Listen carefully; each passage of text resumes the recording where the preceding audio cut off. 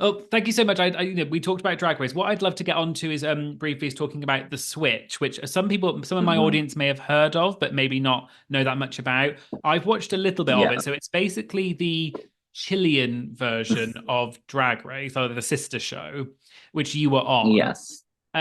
Which obviously so it was a Spanish speaking show. So I was just wondering what Hmm. that experience was like compared to Drag Race, and how what did it feel like to get on that show?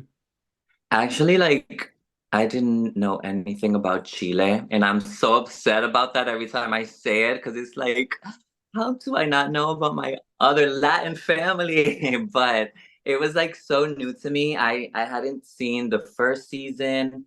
I received an email like, we have the show. This is our second season, and we want to bring girls from other places. And I was like, okay. So they started sending me videos of the first season. I started looking up the other girls, like La Botota and all these other girls. And I was like, okay, this looks legit. Let's see, let's see. And little by little, they was like, do you sing? Because it's very important that you sing because we have a big stage and you have to show your talent, your vocal talents. I was like, yes, because I really love to sing. And I was like, let's do this, let's do this. And but I didn't know nothing. It was a different culture. I'm all alone, meeting all these new people, and it was a lot. But I felt like I really appreciated more that moment, especially because I was free. I was able to like record, and then on the weekends we were able to like live our lives, which was amazing. One thing that Yeah. there was a couple of people who asked this question, and I was going to ask it because it's quite interesting. So one of the other contestants on your season of The Switch was Gia Gunn because she can speak Oh yeah. Spanish. And obviously Gia is, great TV. She's very dramatic. And there was quite a famous moment during the kind of untucked version where she had a really big like argument with another queen. And like, you Hmm. were obviously Hmm. you were kind of just there. You like not as necessarily involved that much. What was that like during filming? Like what was it like then seeing Gia Gunn like argue with people? And was that how it really was? Like was she really that, crazy on set, or is it kind of edited to look different? Ridícula. Dile otra vez. No me busques, Dile otra vez. esclavo. Un hombre, yo soy un hombre. Mujer. A mí me encanta. I don't like to bash other girls, but like, having Gia there was amazing. Like, at least having someone that I knew that I had worked with already, I was like, okay, that makes it that makes it easy for me. But at the same time, Gia loves TV. Gia's a diva, and you know, it's not easy for other people to accept that energy because it's a high energy, all the time, and it's like I'm in your face, and you gotta hear me, and I'm doing this, and I'm doing that, and it comes to a point where I'm like literally the opposite, but I'm like just holding it all in until it's like, girl, I need a break. And like she's a diva, she doesn't know when to turn her diva off. She's a diva all the time. And it rubs people the wrong way. And I think it got to a point where it rubbed a lot of people the wrong way. And you guys didn't see probably half of the fights and arguments that we had with her on the show because it was just kind of toxic at times. Like, girl, come on now. But she's also has a sweet side, but she loves TV and she likes standing out and she does it, she does it, she makes you feel it. And sometimes it's just like, girl, come on now.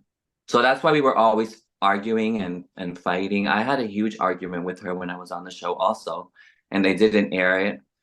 But it's just something that it's just she's a diva and it's hard for like to just have that energy all the time around you.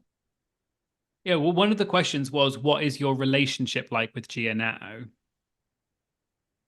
Actually, after being on the show, I'm like I've seen her maybe when I go to California, West Hollywood. Maybe I've seen her once or twice, but I don't even know if she lives there, but I don't know.